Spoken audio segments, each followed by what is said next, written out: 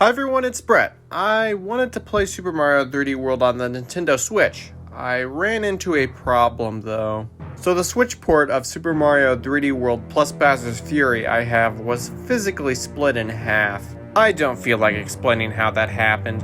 So that made the game stop working, but it's alright though, I was able to fix the problem. Super Mario 3D World plus Bowser's Fury was released on February 12th, 2021. Now I've beat Super Mario 3D World before, but that was on the Wii U, so I didn't play too much of Super Mario 3D World and Super Mario 3D World plus Bowser's Fury. I pretty much got Super Mario 3D World plus Bowser's Fury to play the new game, Bowser's Fury. I've already explained this stuff when I talked about Bowser's Fury a while back, so I'll stop here. Anyway, now I would like to get more use out of the other part of this game. The story is simple as usual, but replace Peach getting captured by Bowser to fairies getting captured by Bowser. The start is super frantic, or at least that's what I think when I see Mario running in place sweating. Hopping on into the first level, it's clear that this is mostly the same game from the Wii U. I say mostly for a reason.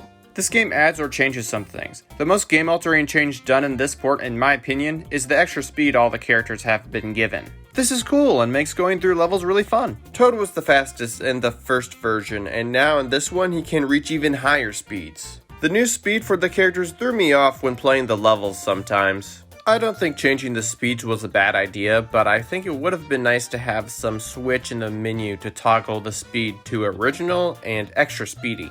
There's also a camera with neat filters, online multiplayer, local wireless multiplayer, Captain Toad multiplayer, colored stamps instead of black and white stamps from the Wii U version. There's a move that's a dive that turns into a roll, and probably other stuff that I didn't notice or can't remember. The levels in this game are excellently crafted, the themes are fun, the mechanics are creative, moving around in them is wonderful, and the areas are pleasant to observe. Nintendo really shows how they have nailed down how to make well-designed levels. While some of them are pretty easy, that doesn't take away the amount of enjoyment I had going back through these levels. There are these levels where you are sort of sliding with this sidekick character named Plessy. These levels are a blast.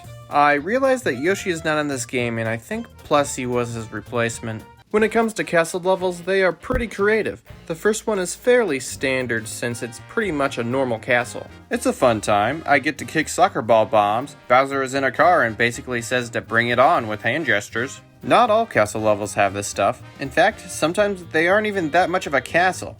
One castle level is just a train level, which is okay with me. I think trains are pretty cool and this is very fun. This type of level is incredibly neat and well done. Anyway, there's also other castle levels that aren't much of a castle either. The castle levels aren't super accurate to how they look in the overworld, and I consider that false advertising, but the fairy bottles fit so well on top of them, so I'm fine with it. Levels have things to collect as well, like green stars and stamps. These items are satisfying to collect and do a great job at encouraging exploration through levels, which is a nice thing because levels are straightforward and linear. Sometimes this stuff can be found in little types of challenges. Also, you have to have a certain amount of green stars to proceed in the game, so levels that might have been skipped have another chance sometimes. Collectibles are implemented well. I remember thinking before I played this game for the first time on the Wii U that it would be real awesome to be able to move around in a level select world without having to be restricted to some sort of line, which has been done in other Mario games. Then I found out that this game made it happen. The line is just a suggestion now. Getting to move all around is very cool. You are limited to just a small jump, but either way I think this is super neat. To be fair, there have been 3D Mario games before that let you freely move around the world to select levels, but Super Mario 3D World did it while making it look like you probably can. The power-ups are great. The cat suit is one of the new power-ups and one of the best ones. There's swiping, climbing, and meowing. Meow. Yeah, this is what cats do, and it's super fun to control this ability. There's also the double cherry power-up, which utilizes the iconic copy and paste feature by creating more characters as you collect them. This is so creative, and controlling a whole bunch of characters at once is wacky and satisfying. If I could change something about the power-up, it would be having it appear in more levels. Also, it would have been cool to have a triple cherry, a quadruple cherry, and a quintuple cherry. I have other ideas for more cherry power-ups, but I think it would be best to stop listing them. There's plenty of other power-ups, and many returning from previous games too. When it comes to world themes, there's grass, desert, and so on. There's this cloud world, but for some reason I forgot about it from last time. The world themes can be pretty standard for a Mario game, but sometimes they're a little different. For example, there's this purple sort of place with water on the ground, which looks cool. The levels in the worlds don't always follow the same theme though. For example, beach level in Ice World. It doesn't make any sense. It's like finding a tropical resort in the middle of a frozen wasteland. Well, actually, I practically described what's going on. This really doesn't matter. This is obviously an abstract game. It's just very silly. The non-Bowser bosses are good, although Boom Boom and Pom Pom could have had more different attacks for how many times that they are reused. The snake boss is one that stood out to me. The serpent snakes with the plates on their heads is really neat visually and fun for gameplay. Jumping or climbing on plates to take down the big snake boss is very satisfying. So pipes themselves have been in the Mario series for a long time, but this game introduces clear pipes. These things are amazing. The sound design, the look, and the implementation in the levels is so good. This is clearly one of the best new ideas in the game. I'd say the graphics are pretty good. It's simple and pretty basic, but the game pulls off the style so well. I really like the shiny plastic look.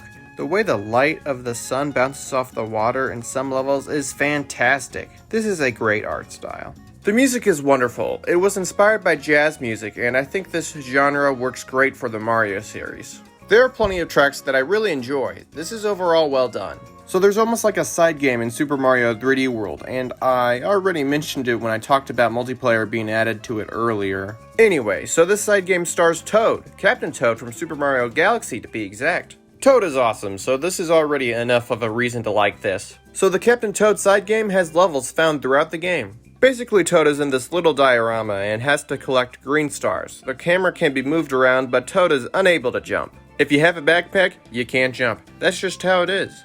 These levels are more puzzle-based. Overall, I find these Captain Toad levels to be fun little adventures. There's of course a Bowser world. There's red lava. There's blue lava. And there's also some other stuff. I'm just giving this world a hard time. I like this area. There's fun, tough, and creative levels here. Then there's the supposed final showdown with Bowser, where in the end, his car seems to get totaled. Then all the fairies for some reason come to this very hostile world to see their friend get freed. So the final showdown is done, but that's what Bowser wants you to think. Then Bowser captures the fairies and takes them to his circus world. I think the developers knocked it out of the park with this one. The theme is very original for a Mario game. The detail is great. The stuff in the background is striking and colorful. I also appreciate the foreshadowing of this world, mostly from carnival boss levels coming down from the sky.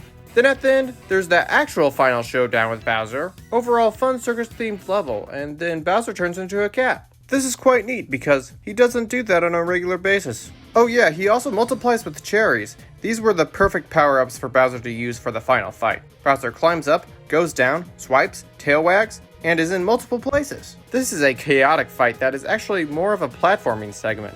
Most of the time you are not fighting, you are surviving. Bowser gets taken out in the end, and as it turns out, it seems that Bowser was a firework all along. So the end credits roll not too long after while Mario, Luigi, Peach, and Toad travel back to the Mushroom Kingdom. That's a great way to end off the game.